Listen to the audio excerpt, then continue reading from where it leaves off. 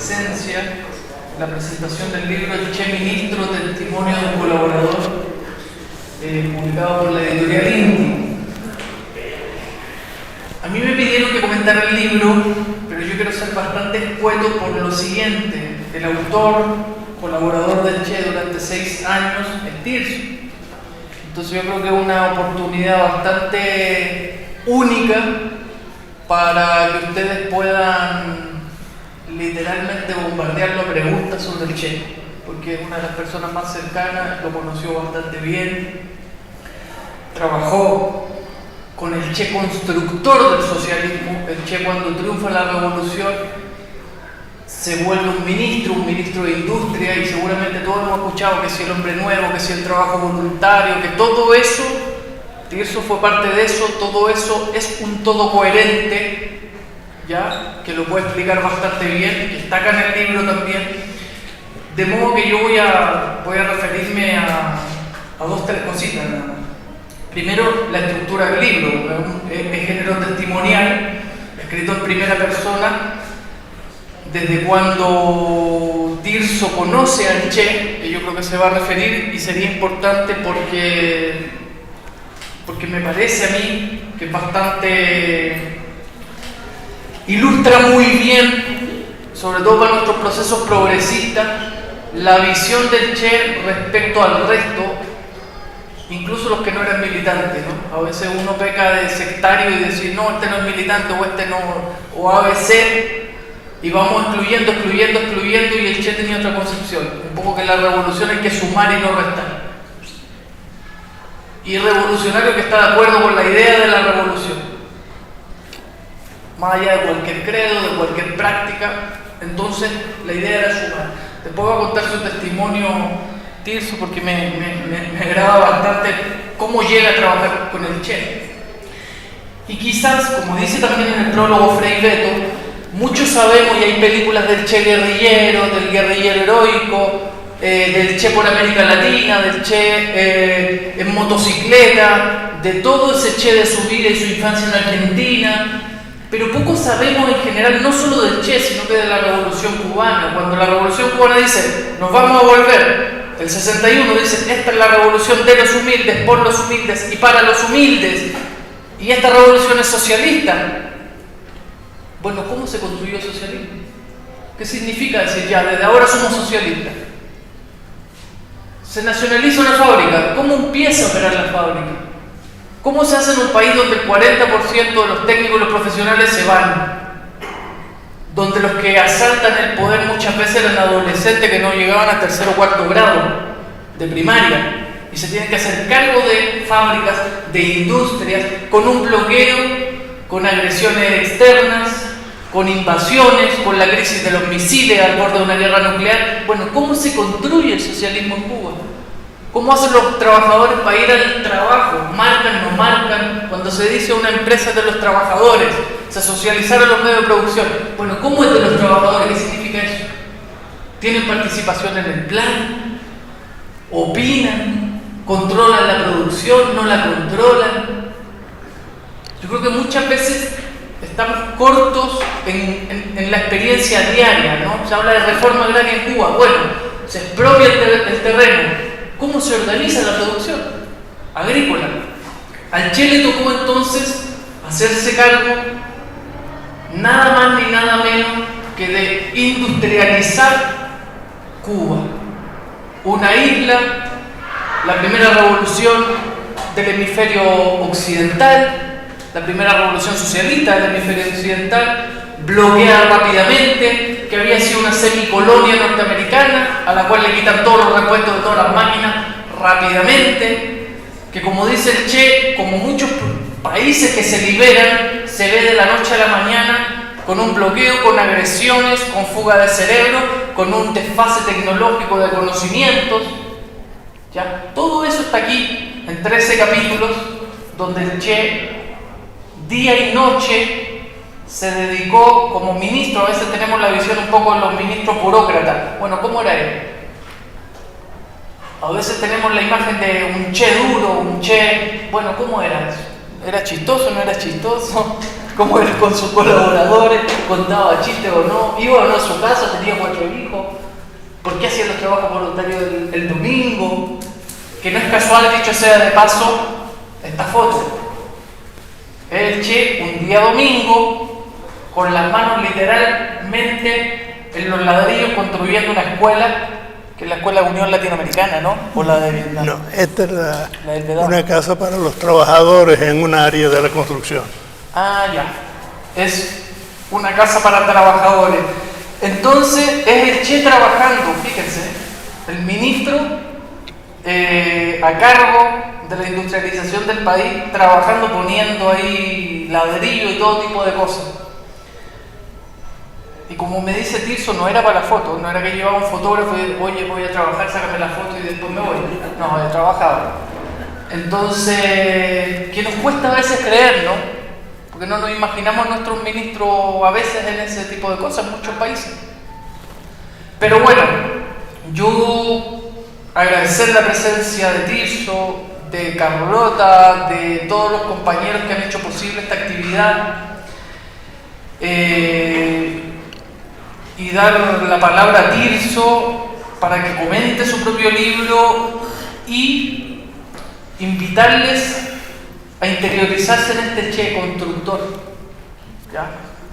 Porque yo lo conversaba con Tirso, al menos para mí, de lo que he leído de marxismo latinoamericano, tal vez el Che sea el más profundo y el que más puede aportar a los procesos hoy, porque no es un teórico, fue un dirigente de construcción de un proceso socialista. ¿Ya? No escribió sobre la teoría socialismo y la lucha de clases, no, la vivió y su reflexión teórica es a partir de esa práctica. Entonces yo lo dejo con Tirso, que va a pronunciar unas palabras y después que abierto el micrófono y pregunten todo lo que se les ocurra. Yo les digo que Tirso es un gran compañero que no tiene complejo, que ustedes le pregunten lo cómodo o incómodo y todo lo que quieran saber.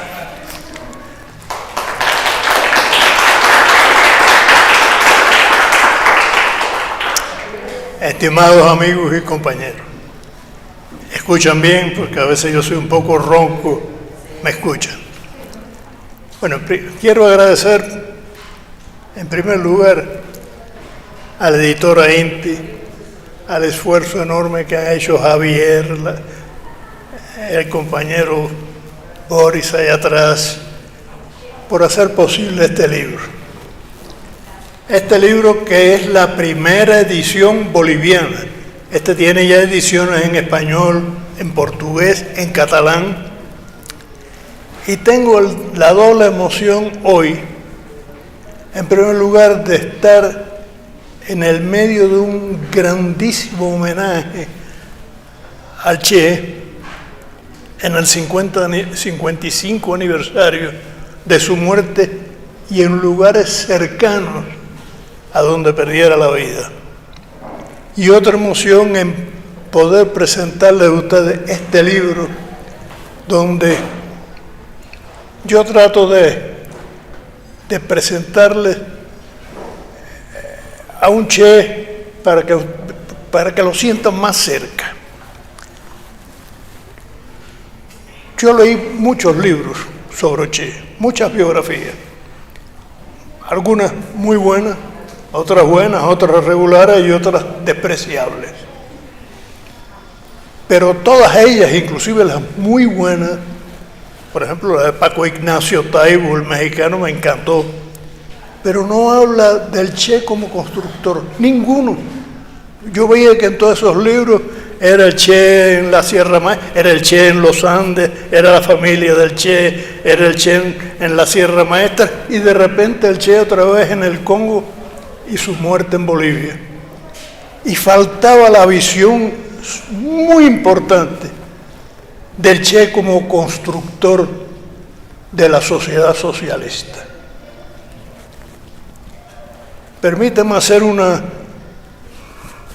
breve introducción para que puedan entender mejor al Che. Yo vengo de una familia muy pobre, hijo de músico, pero que se esforzaron para que yo estudiara, fui un buen estudiante y conseguí estudiar ingeniería química en una universidad norteamericana. Yo siempre digo que yo era el estudiante más pobre en esa universidad porque fue una beca. Regreso y vengo contratado por una gran transnacional americana que tenía fábricas en Cuba, la Procter & Gamble, que no sé si ustedes la han oído mencionar, una fábrica, es una empresa grande. Ahí comencé a trabajar con todo entusiasmo y me fue muy bien. Me duplicaron más que duplicaron el sueldo en 5 años. Para mí, con esta mentalidad que ya se me iba haciendo de pequeño burgués, a pesar de haber venido de capas bien pobres, para mí no me gustaba la dictadura de Batista, yo despreciaba a Batista. Pensaba bien de Fidel, qué bueno, yo decía que era ojalatero. Ojalá que triunfe Fidel y ojalá que se caiga Batista, pero no hacía nada. Compré 2 bonos. Para mí, yo decía, eso es para los políticos. Piensa en la mente de un pequeño burgués. Mi futuro está en la Procter & Gamble, donde yo ya tenía inclusive una oferta para ir a la embajada americana. Yo no tuve que hacer la larga cola que había para solicitar. Me dieron el vicepresidente de la empresa, un norteamericano, me dio un cartón, una tarjeta, para no tener que hacer la fila y entrar directamente por la puerta de la embajada, y una carta para la embajada diciendo que la Procter & Gamble me estaba contratando y por favor me diera la visa. Yo fui elegantemente vestido, con la carta aquí me senté a esperar, hasta que al fin un vicecónsul me llamó. Desde que me aproximé a ese vicecónsul, reconocí en él a ese americano que lo mira, que mira al que no es americano con un desprecio. Lo sentí, que ese tipo, cuando yo me estaba acercando a él, estaba mirando a alguien como una persona despreciable. Entonces se siente. ¿Qué quiere? Yo vengo aquí a solicitar una visa, no sé qué otra cosa yo podía solicitar. Y ustedes oyen esta pregunta, ¿y en qué momento? Usted es graduado universitario. Piensen en la fuga de cerebro que estaban promoviendo.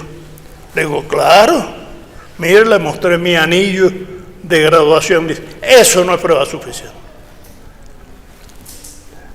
A pesar del aire pequeño, de la idea pequeña burguesa que yo tenía, era cubano. Y mulato con sangre negra en la sangre. Ahí ya me tocó la primera fibra cubanea. Le digo, oígame, yo soy una persona seria. Yo podía haber sacado la carta y decirle, mira, aquí está. Y ya hubiera tenido la vista. Entonces le digo, yo soy una persona seria. Mire, yo soy graduado universitario, yo se lo estoy diciendo. Si no me trae una prueba, yo no le doy una visa. Ay, ya me salió el negro que tengo por dentro. Y le digo, me disculpa la palabra, usted se va a la mierda. Me levanté y me fui. Llegué a mi casa, mi esposo me está esperando, a ella no le ha gustado la idea de irse para los Estados Unidos. Le digo, ¿qué vamos a hacer? Digo, nada, nos quedamos. Vamos a ver qué pasa. Vamos a ver qué sucede. Al día siguiente fui otra vez a mi trabajo, ya nacionalizado. Me encontré que se había ido prácticamente todos los ingenieros de la fábrica, todos los que sabían algo de jabones, detergentes, champú, etc. Me presento al nuevo interventor. Un joven simpático, estudiante de odontología, y le digo, bueno, aquí estoy. Bueno, menos mal que no te has ido. No, yo estoy aquí. Y va, sí, yo voy a trabajar. Entonces tuve que hacerme cargo del trabajo de todos los ingenieros que se habían ido. Y esta era una fábrica que producía jabones, detergentes, champú, cosméticos, que es algo que no puede faltar. Una fábrica de camisas puede dejar de producir 3 meses y no sucede nada complicado. Ahora, falta un jabón para tomar el baño. para lavar la ropa, falta pasta de dientes. Eso no puede suceder. Mi misión fue cómo producir jabones, detergentes, pasta de dientes, sin materias primas, porque ya ha comenzado el bloqueo norteamericano. Y me convertí en una especie de mago, buscando fórmulas que había que buscar, porque había que producir jabones. ¿Cómo? Yo una vez le conté en Cuba se lavaba mucho a mano. No, las máquinas lavadoras eran para clases más altas. Yo una vez en una reunión con la Federación de Mujeres le digo, el responsable de haberle quemado las manos a ustedes fui yo, por la fórmula que teníamos que hacer. Irritaba, sí, yo sabía que irritaba, pero eso era mejor que irritarse que no vender jabón. Bueno, tan es así que me consideraron ya un ingeniero revolucionario, y un día me convocan junto con otras para ver si estaban buscando un nuevo vicedirector para la industria del petróleo. Y yo estaba. Y me seleccionaron. No voy a hacer la historia, está aquí en el libro cómo fue el proceso, que fue muy interesante. Y de repente me veo del jefe de todas las refinerías de petróleo en Cuba, de las cuales yo tampoco era ingeniero químico, pero yo no conocía nada de refinerías. Y digo, yo pensé, alguien va a pensar que yo soy un oportunista, que yo que era un ingeniero que estudió en los Estados Unidos, y bueno, vicedirector de la industria del petróleo, a cargo de todas las refinerías, eran 3, la Standard Oil, la Shell y la Texas. Yo me quedé preocupado, y yo pedí ver al Che, que era el ministro, que atendía también, entre otras cosas, la industria del petróleo. Y fui a ver al jefe de despacho de él ya sabía que yo estaba solicitando una entrevista, y el Che te va a recibir a las 2. A las 2. Le digo, está bien, mañana yo estoy aquí a las 2 de la tarde. Dice, no, hoy a las 2 de la mañana. O sea, ahí fue mi primera experiencia de qué me estaba esperando, las madrugadas que me estaban esperando en los próximos años. A las 2 de la mañana el Che me recibió. Saludó, le conté la historia, le digo, mire, y me dice, ¿y tú te vas? Le digo, no, yo me quedo. ¿Tú quieres trabajar con nosotros? Claro que quiero trabajar. Pues vamos a trabajar. La entrevista duró, creo que 5 minutos, no más. Ahora, ¿qué quiero señalar con esto? El Che le daba a alguien que quería trabajar la confianza. Él no me cuestionó si yo era comunista, si yo tenía idea socialdemócrata o si no tenía ninguna idea, si era católico o no era católico, lo que sea. Me dio confianza, me dio apoyo, sin cuestionar mi ideología, solamente mi disposición a trabajar en la construcción del socialismo en Cuba. Y ahí comenzó. Yo que fui para la refinería de petróleo pensando que como ingeniero químico mi trabajo técnico iba a ser tremendo, resulta que mi primer trabajo es político, no como ingeniero. Entonces este pequeño burgués, a la semana de estar de vicedirector de refinación, en mi oficina estaba en una de las refinerías, una bomba en la refinería Ñigo López, a la semana. Ahí ya no era un problema técnico, era un problema político. Y los problemas con la seguridad, a ver quién pusiera la bomba.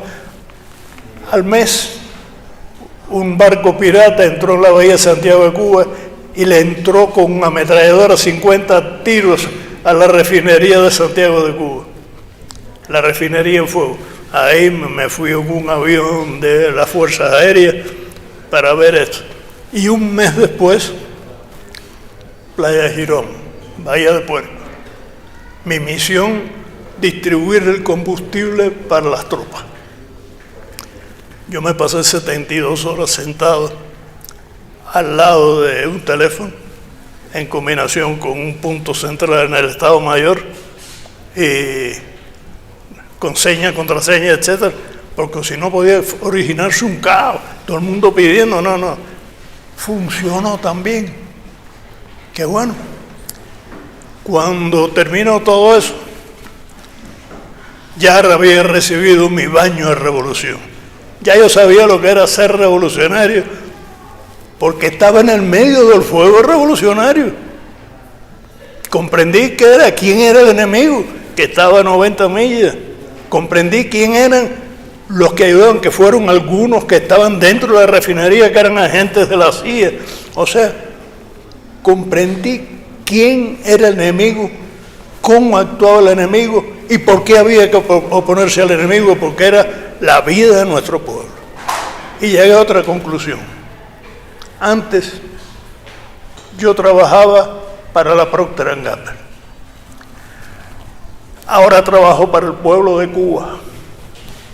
Eso es algo importantísimo mentalmente.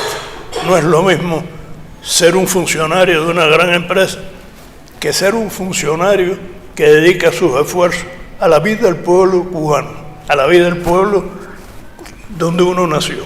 Bueno, el Che se entusiasmó con el trabajo que estaba haciendo y un día me nombra viceministro para la industria básica. Y ahí tuve que aprender. Bueno, esta fue la primera introducción que tuve que hacer para que vea quién era el que está contando esta historia. Y ahí aprendí a ver qué cosa era el Che. Bueno, no voy a decir, ustedes saben que el Che era médico, argentino, todo eso.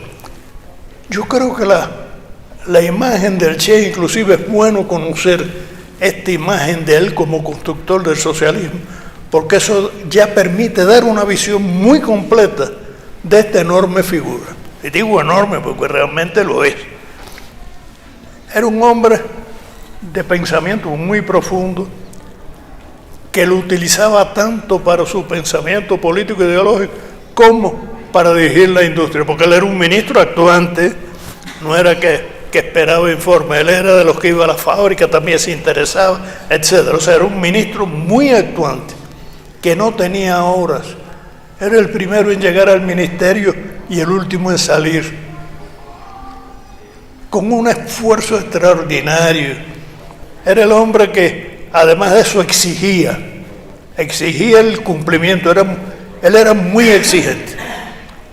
Uno decía que, bueno, uno tenía un presupuesto de errores, uno podía errar, mas no mucho. Si uno se equivocaba mucho, no podía hacer, no tenía condiciones para dirigir. Lo que él sí no permitiría era completamente intransigente con las negligencias, con la falta de interés, con las irresponsabilidades. Yo muchas veces lo vi ponerse, yo le decía, usted cuando se pone bravo se pone verde olivo completo. El uniforme y el rostro de la irritación que él veía ante él. Pero resulta que él era muy exigente ante los incumplimientos, pero es que él era el ejemplo vivo de cumplimiento, porque todas las responsabilidades que había, él era el primero en cumplirlas. Y yo diría que si algo marca para mí, una de las cosas que más es que el Che era el ejemplo, es un ejemplo para todas las cosas. Por ejemplo, él era muy austero. Yo digo austero, no austero de propaganda. Le voy a contar una anécdota. Un día dice, vamos a salir, mañana vamos a visitar 2 fábricas de equipamiento agrícola, porque hay quejas del Ministerio de la Agricultura, que el equipamiento no está bueno, vamos a visitarlo. Salimos bien temprano, cruzamos, en la Bahía de La Habana hay un túnel que se cruza por debajo. Él iba en él le gustaba conducir el carro. Igual que tenía una avioneta, había una avioneta que usábamos que a él le gustaba pilotear. Pero bueno, él iba conduciendo el carro, yo sentado atrás, y hay una escolta detrás, en el asiento de atrás, y un carro escolta que siempre se lo exigía. A él no le gustaba, pero se lo exigía. Cuando cruzamos el túnel y hay un carro que se le atraviesa al carro de la escolta. Si alguien conoce lo que es cuidar de la seguridad de una persona, sabe que eso es un pecado mortal, que un carro se mete en el medio del carro escolta con el carro del escoltado.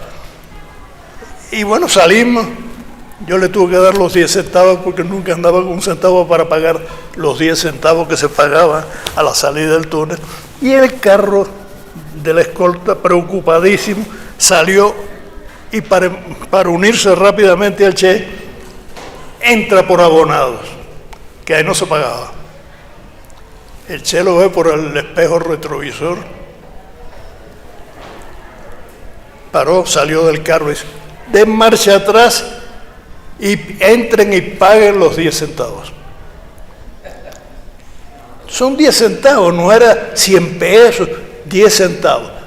Que las personas, el pueblo tenía que ver que el carro ese estatal no burlaba las reglas, tenía que pagar los 10 centavos. Bueno, esa es primera parte de la historia. Llegamos, seguimos, a eso de las 4 de la tarde, no habíamos almorzado. Habíamos hecho dos visitas, 2 inspecciones.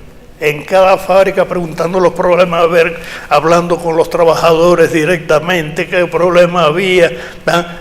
Y dando instrucciones concretas. Vamos a hacer esto así, así, así, así. Y todo eso anotando nosotros, porque había que ver si todas esas indicaciones que se dieron fueron cumplidas. Bueno, regresamos.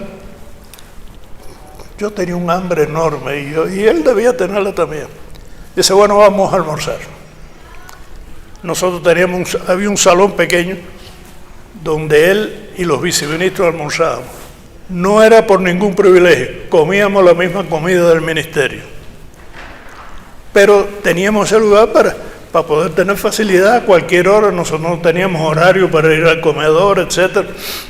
El propio Che no era para no mezclarse, al contrario, él era, pero también no podía estar todos los días. Bueno, llegamos y veo que Manresa, el jefe de despacho, me hace unos gestos así detrás de él, como que no dijera nada, que no hiciera caso. Y veo, fíjense que estoy hablando de un argentino y de lo que le gusta a un argentino. Y vienen y nos ponen delante de él y mío un bistec filete de este tamaño. El Che lo vio. Manresa, ven acá. Esto no nos toca. Llévenselo. Y vi con mis ojos llenos de lágrimas que me cegaron mi vista. Él no se comió el bistec. Alguien se lo comió, pero él, y eso no era un show para la multitud, no había una cámara. Yo estoy divulgando eso. Eso era entre Manresa, él y yo. No se puede comer. Y fue también un ejemplo para mí. Yo no lo podía comer tampoco, no me tocaba a mí también. O sea, él era exigente con él mismo. Yo estoy exigente porque él era bien exigente, por ejemplo, y exigente con su subordinado. El viceministro de Economía nuevo lo nombro. Todos los viceministros teníamos un carro a disposición para podernos mover. Pero el acuerdo con el Che era: yo te doy un carro, pero la gasolina para ir y volver a tu casa la pagas tú.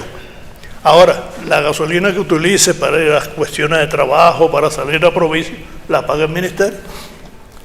Este nuevo vice, que yo lo quería mucho, fue un hermano para mí, este viceministro, Santiago Riera. Lo llama y le dice: Santiago, le debes al ministerio 200 pesos. 200 pesos en ese momento era más de la mitad del salario de Riera. Bueno, ¿Cómo que le debo al ministerio 200 pesos? Estás echando gasolina y no te debes. Comandante, yo no sabía esa discusión. Dice, yo sé que tú no sabías. Por eso es que te voy a permitir que pague los 200 pesos en un año. Pero lo tuvo que pagar. Lo tuvo que pagar. ¿Por qué? Porque también el Che, cuando era para ir mandaba a poner la gasolina del sueldo, del salario de él. Y podía exigir por ese ejemplo personal. Hay una vez porque él aplicaba sanciones, por ejemplo, un acuerdo del Consejo de Dirección que se incumpliese por un mes, era un mes de descuento de salario para cualquier miembro del Consejo de Dirección. Cuando la crisis de los cohetes, en octubre, el Che era responsable militar de la parte occidental del país.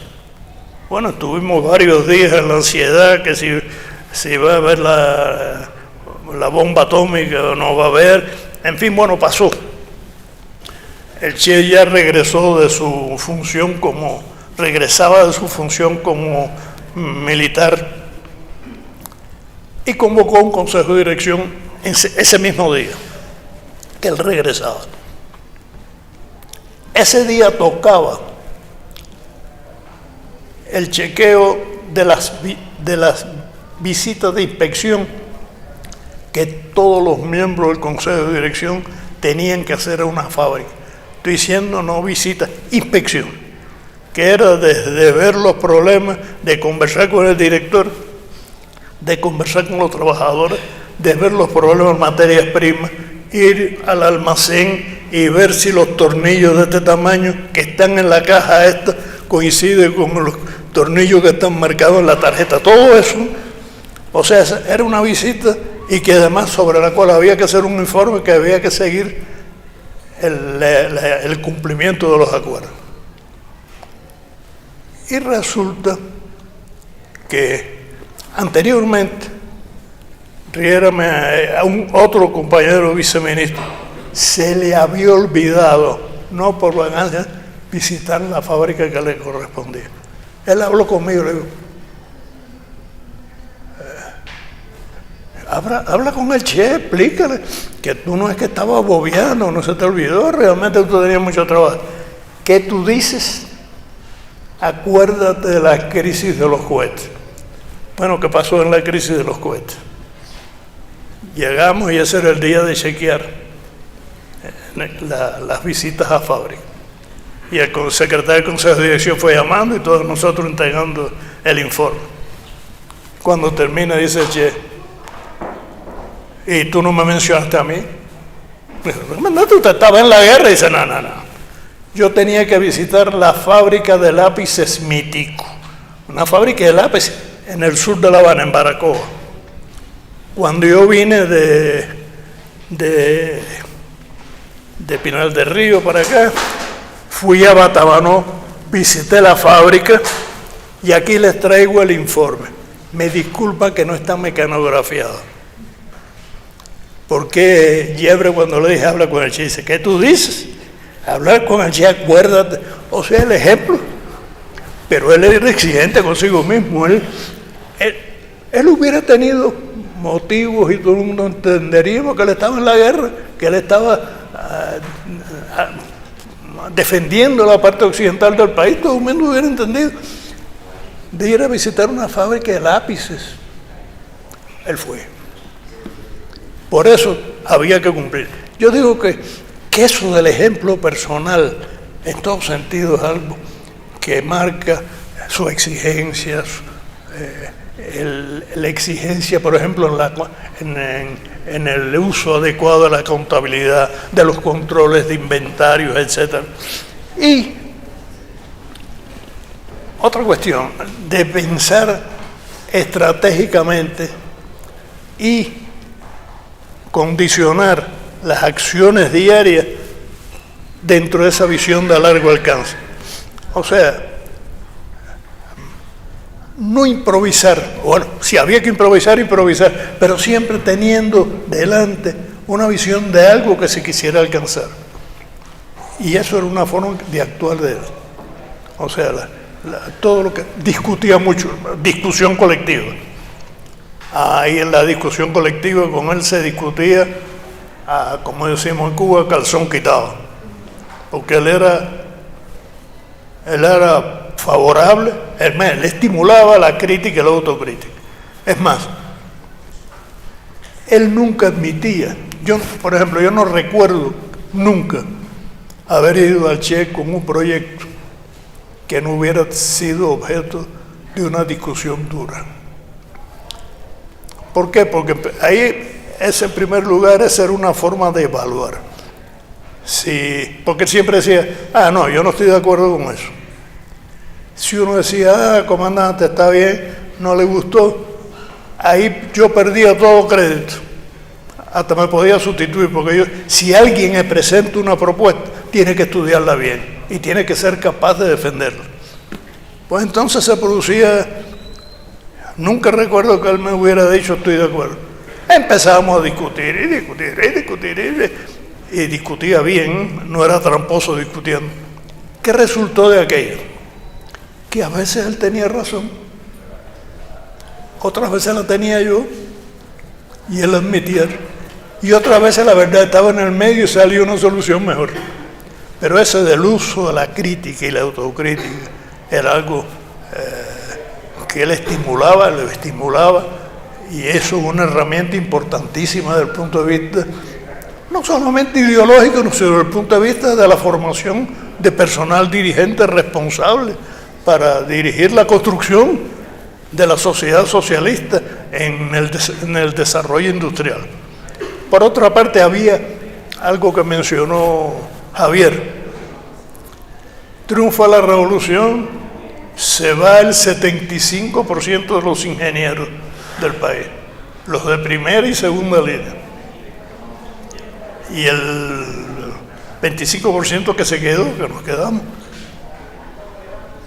eran insuficientes. Ya lo que había en Cuba no había muchos ingenieros, porque tampoco la industrialización cubana, pero bueno, la refinería de petróleo, que son complicadas, son tecnologías complicadas, y sobre todo la tecnología del Standard Oil era bastante moderna. Bueno, pues nos quedamos con un gran número de...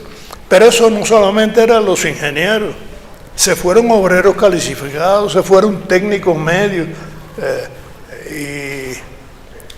y entonces había que y se fueron dirigentes. Yo diría que todo lo que era de primer nivel, los mejores ingenieros, los mejores médicos, hasta las mejores prostitutas salieron del país, pues allí salieron. ¿Y qué hacer? Parar la fábrica. ¿Dónde hay compañeros dispuestos a... Resultado, al frente de un central azucarero, un compañero esforzado con cuarto grado. Otros que habían, el más de los viceministros, solo 2 éramos ingenieros.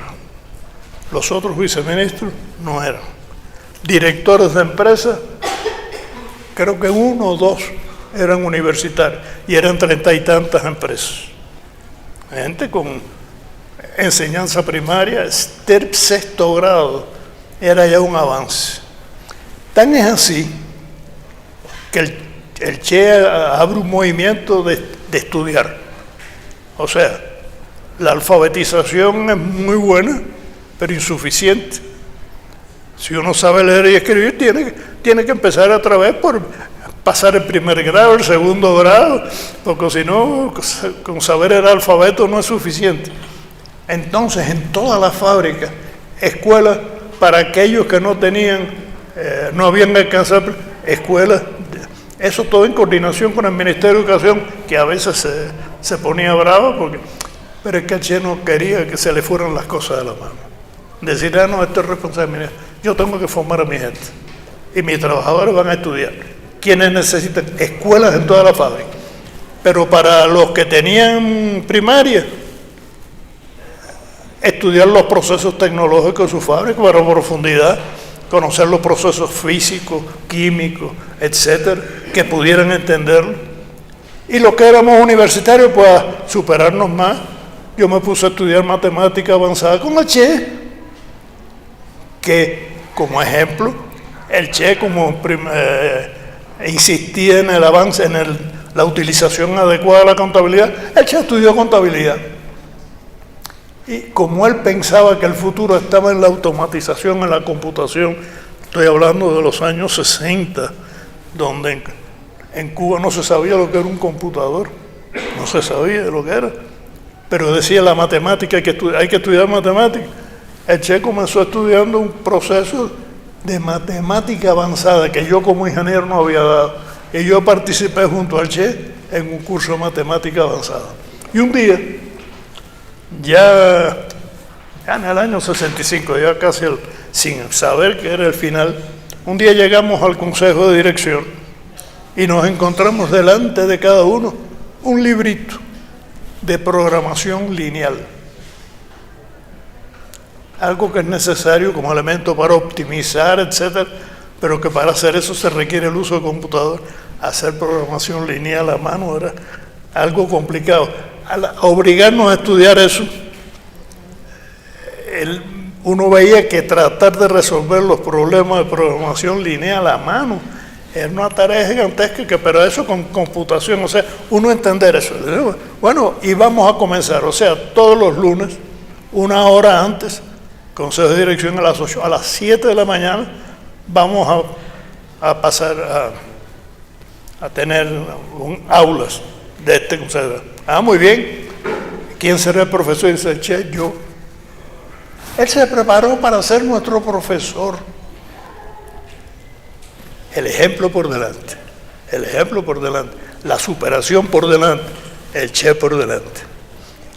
Y, en fin, algo que fue lo que me motivó y que incluye un capítulo aquí, el pensamiento político e ideológico del Che. Cuando ustedes ven todo esto que yo les he hablado, detrás de esto hay un sustrato ideológico soportando todo este. Él decía en El hombre y el socialismo en Cuba, que es uno de sus testamentos, y el discurso en Argelia, de solidaridad afroasiática, él decía que el futuro del socialismo estaba en el desarrollo de la ciencia y la tecnología y en el hombre nuevo. Pero no era solo en el desarrollo de la ciencia y la tecnología, eso lo hacen los capitalistas y lo hacen bien. Pero el hombre nuevo es un elemento diferente y distinto completamente y propio de una sociedad socialista. O sea, es un hombre culto que tiene conocimiento, que hace avanzar la industria con nuevos conocimientos científicos, tecnológicos, pero que es un hombre que lo está haciendo no por su beneficio personal, sino por la necesidad, por un sentido social, porque su contribución que él está haciendo no es para él, es para todo el mundo. Es un hombre despejado del individualismo, del egoísmo, que es un buen trabajador, que es consciente. Ese es el hombre nuevo. Ese es el hombre nuevo. Él nunca dijo que es leer a Marx y a Lenin. No decía que no es leerlo. Pero ese no era el objetivo. El objetivo es ser una persona con ese sentido que al mismo tiempo es patriótico, tiene un sentido ideológico tremendo y que se puede construir así el socialismo, no utilizando las armas melladas del capitalismo, como él mismo decía. Bien, yo no sé creo que le estoy dando un aperitivo de lo que hay aquí. A mí el libro, no es porque lo haya escrito, cada vez me gusta más. Ya se publicó en español, en portugués, en catalán. Ahora esta primera edición boliviana tiene cosas que no están en las anteriores. Y ahora Carlota, mi esposa que está aquí, y que fue quien me empujó para terminar de escribir por primera vez el libro, porque yo decía, voy a escribir el libro. Una vez me dijo, ya no hables más que lo vas a escribir, comienza a escribir. Así fue. Y ella es responsable de eso. Pero bien, yo creo que le he dado aperitivos, faltan cosas, muchas cosas que espero que les gusten en el libro. Ahora estoy dispuesto a responder. Por favor, hablen alto porque soy sordo de cañón. Tengo unos aparaticos aquí que ayudan. Gracias, Tirso, por tu testimonio. Un aplauso.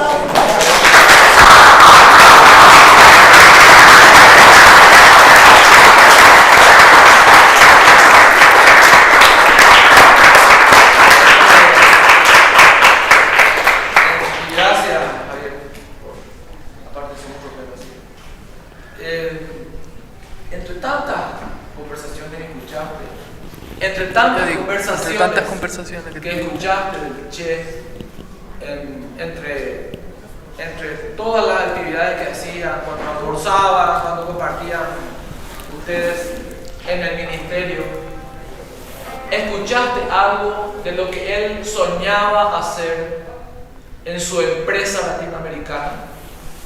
¿Escuchaste algo? Él comentaba algo, decía algo de sus sueños, aparte de trabajar, porque yo no sé, solamente esto, ¿no? Yo no sé si el hecho de trabajar él como ministro fue una cosa que él quería o fue fruto de la necesidad y de todo lo que implicaba la revolución. No, sí. Es más, ahí se publicaron las actas de los consejos de dirección y unas reuniones que eran cada 2 meses con todos los directores. Ahí se hablaba de las cosas del ministerio, pero se hablaba de todas esas cosas. Se hablaba de la revolución internacional, de los problemas del socialismo, de los problemas del dogmatismo, de los problemas, eso. Inclusive hay una publicación, yo creo que si un día se logra por lo menos publicar eso, se aprendería cómo él conversaba con los dirigentes del ministerio divulgando esas ideas. O sea, esas reuniones no era solamente el plan de producción, el plan de costo y la materia prima que falta, no.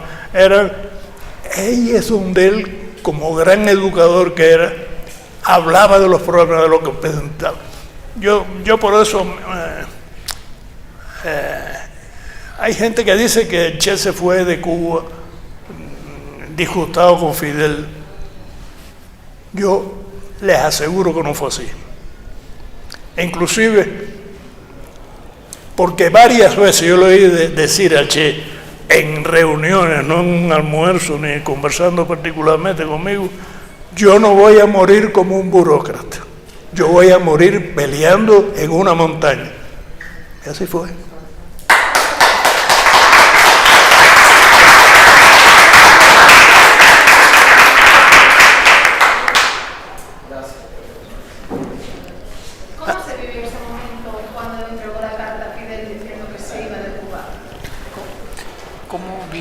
El momento cuando le entregó la carta a Fidel diciendo que se iba de Cuba? ¿Cómo lo vieron ustedes la noticia que se dio?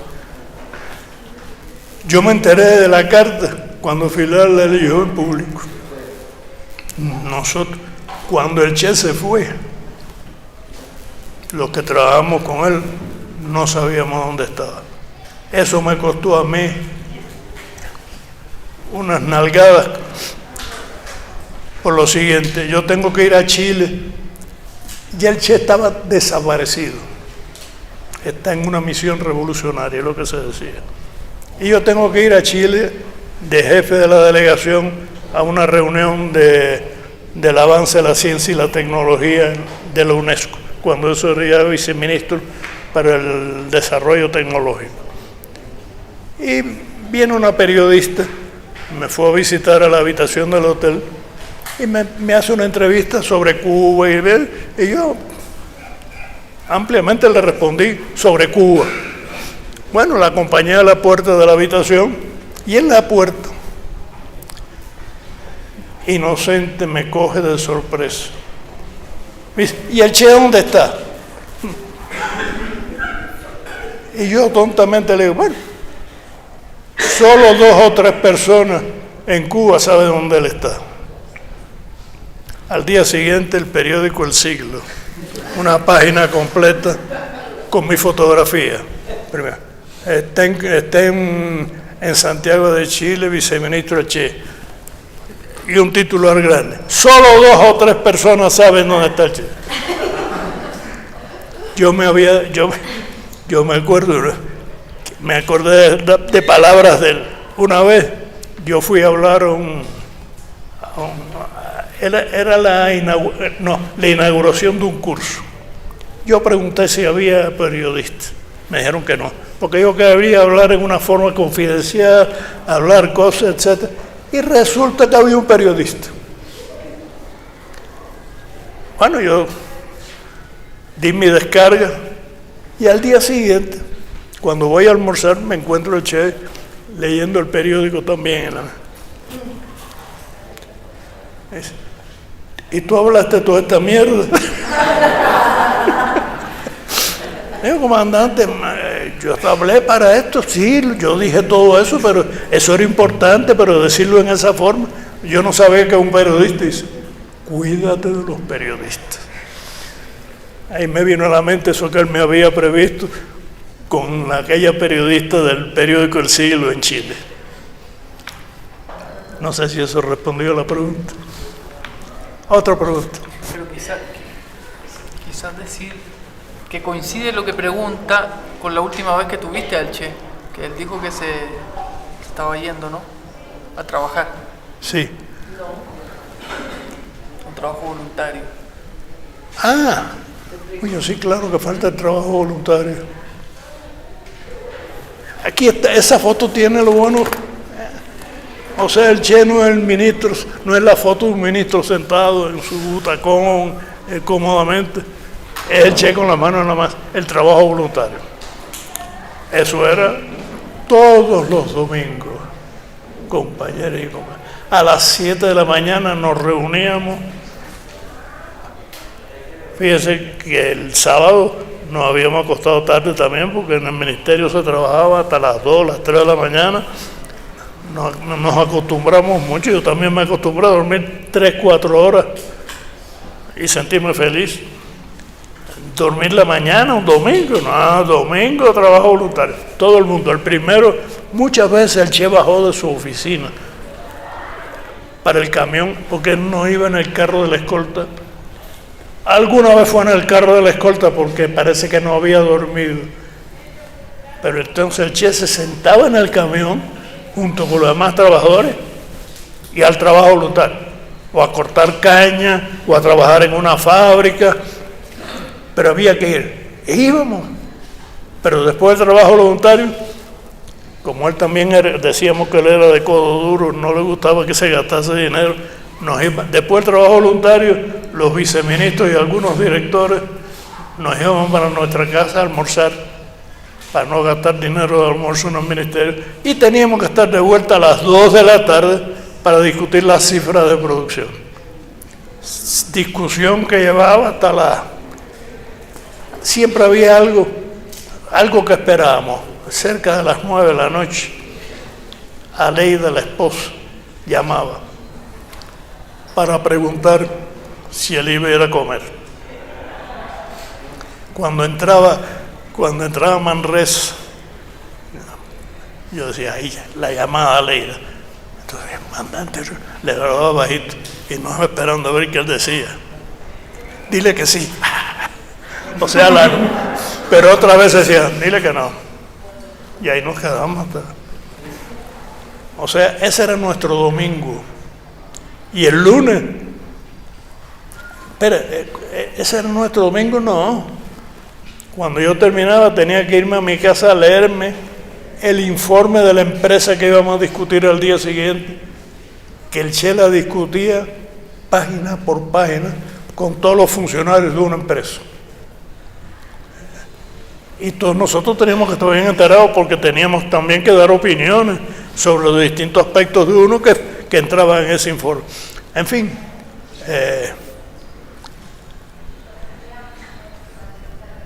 tú me dijiste que lo último que yo hablé con él.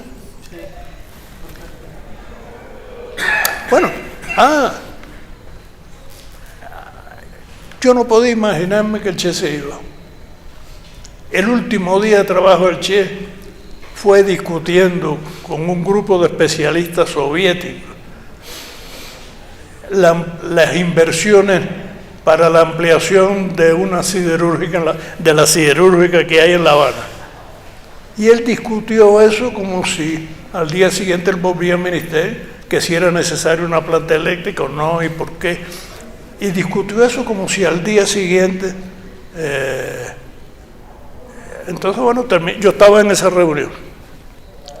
Y, bueno, terminó la reunión. Estaba anunciado que él iba a cortar caña, como siempre hacía. Él iba todos los años, un mes de sus vacaciones, a cortar caña. Y, bueno, al final yo le digo, bueno, mañana yo salgo para China, para un encargo que el mío me dio. ¿Tiene alguna otra noticia? Ah, sí, mira, cuando yo pasé por China ahora hablé con Zhou Enlai y me dijo que había una fábrica que hacía piezas de repuesto para carros norteamericanos. Sería bueno que tú visitaras esa fábrica y vieras qué cosas se puede aprovechar para Cuba. Y digo, bien, está bien. Bueno, que corte mucha caña, me dio la mano, muy afectuoso, y esa fue la última vez que vi al Che. Otra pregunta, antes que empiece a llorar. Una pregunta. ¿Cómo el compañero, el hermano Che, lidiaba con la prensa? ¿Cómo era su enfoque hacia la prensa opositora? No, él me había dicho, ten cuidado con la prensa. Lo que él cuidaba mucho, lo que le decía a la prensa. Él Che tenía una característica que era muy claro en su exposición. Y decía lo que tenía que decir. Y pero bueno, hay entrevistas, por ejemplo, la entrevista que le hace este periodista uruguayo, que se conoce como el hombre y el socialismo en Cuba, que es casi una especie de testamento. Es una entrevista con un periodista, con Daniel. No, con él se hicieron muchas entrevistas. Lo que él sabía, lo que tenía que decir y lo que no debía decir. Él era muy cuidadoso en eso, pero él no rechazaba. Lo que no estaba también yendo a todas las entrevistas. Él no quería ser una figura esa de la televisión y de la prensa. Pero entrevistas él daba y decía cosas importantes. Sobre todo informar. No eran palabras vacías. El Che no le gustaba decir esa generalidad que todo el mundo, no, queremos hacer unas cosas buenas. Él siempre hablaba de cosas concretas.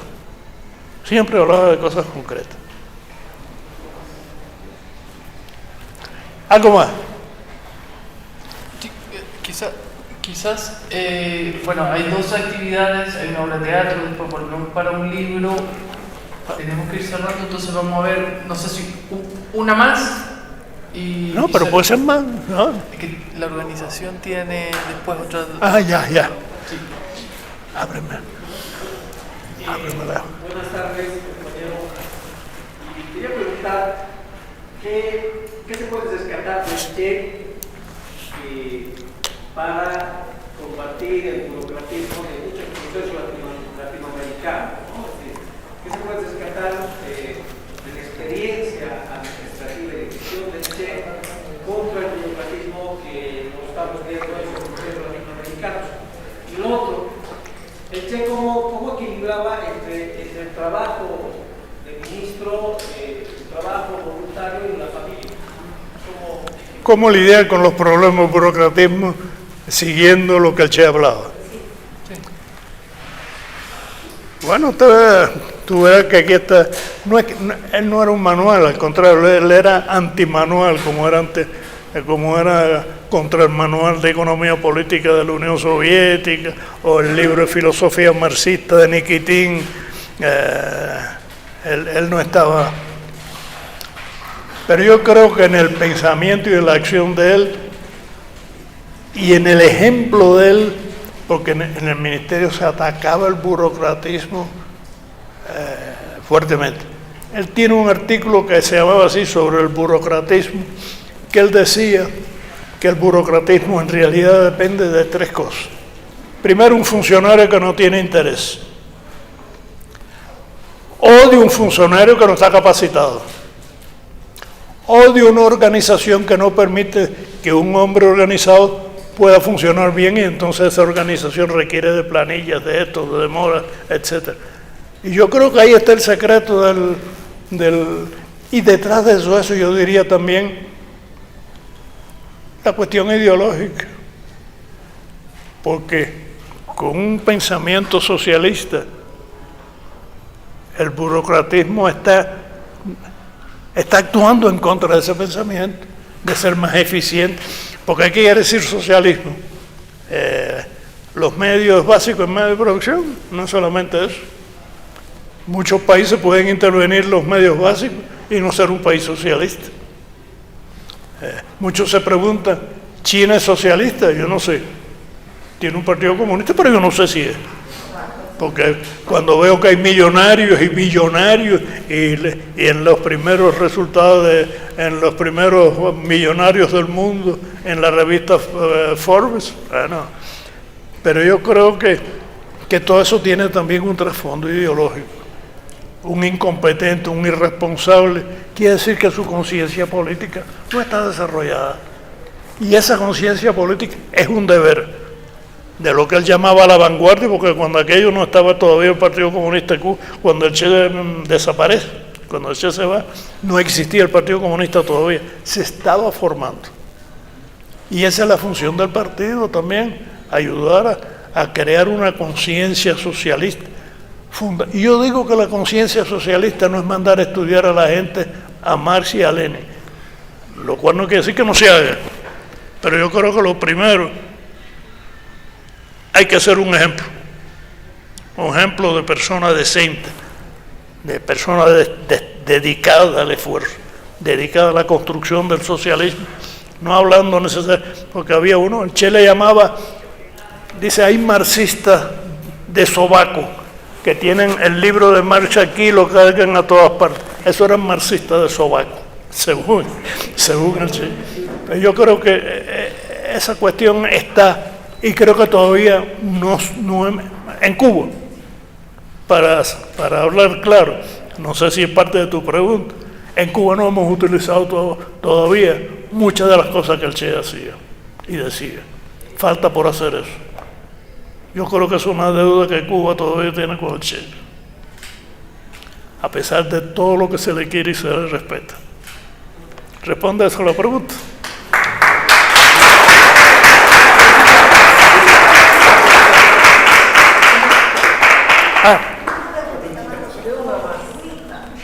Bueno, una más. Jorge, el encargado del sala y por parte.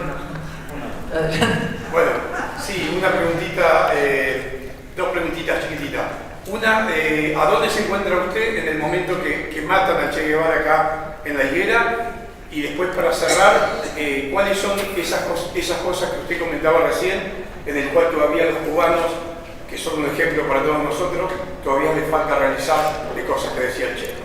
Bueno, yo estaba en Cuba, estaba actuando todavía como viceministro. El Che no había un sustituto todavía para el Che. Sí, en ese momento ya se había nombrado, pero al día siguiente, que ya se había, porque nosotros no sabíamos que el Che había muerto. Nos enteramos nos enteramos no públicamente. Recuerdo que nos llamó Armando Hart, que era una gran figura del buró político, y nos dio a los que éramos viceministros la noticia. Y bueno, nos enteramos y después, poco tiempo después, llegó el sustituto del Che, el nuevo ministro. Y yo estaba ahí. Después fui para la Academia de Ciencias. Y ahí estuve de vicepresidente 18 años. Y después me reencontré en la vida porque si hay preguntas, porque estoy en Brasil, porque al cabo de los 67 años me reencuentro con una persona que había conocido 11 años antes de que está, y resulta que yo había sido contratado como profesor en la Universidad de Campinas, y me reencuentro a un viejo amor que se había desaparecido y decidimos casarnos. Y encontramos que ya era más práctico para los dos ir para Brasil con él. Pero desde Brasil yo sigo defendiendo Cuba. Yo soy uno de los fundadores de la Asociación de Cubanos Residentes en Brasil, que estamos contra el bloqueo, contra las agresiones. Somos de los que vamos frente a la embajada cuando hay agresores cubanos inclusive que quieren agredir la embajada. Eso lo hemos hecho varias veces. O sea, que el hecho que yo esté en Brasil no quiere decir nada que esté fuera de Cuba. Yo sigo dentro de Cuba. Mi corazón está en Cuba. Y mi corazón está en Brasil, país que yo quiero mucho y respeto mucho. ¿Responde la pregunta?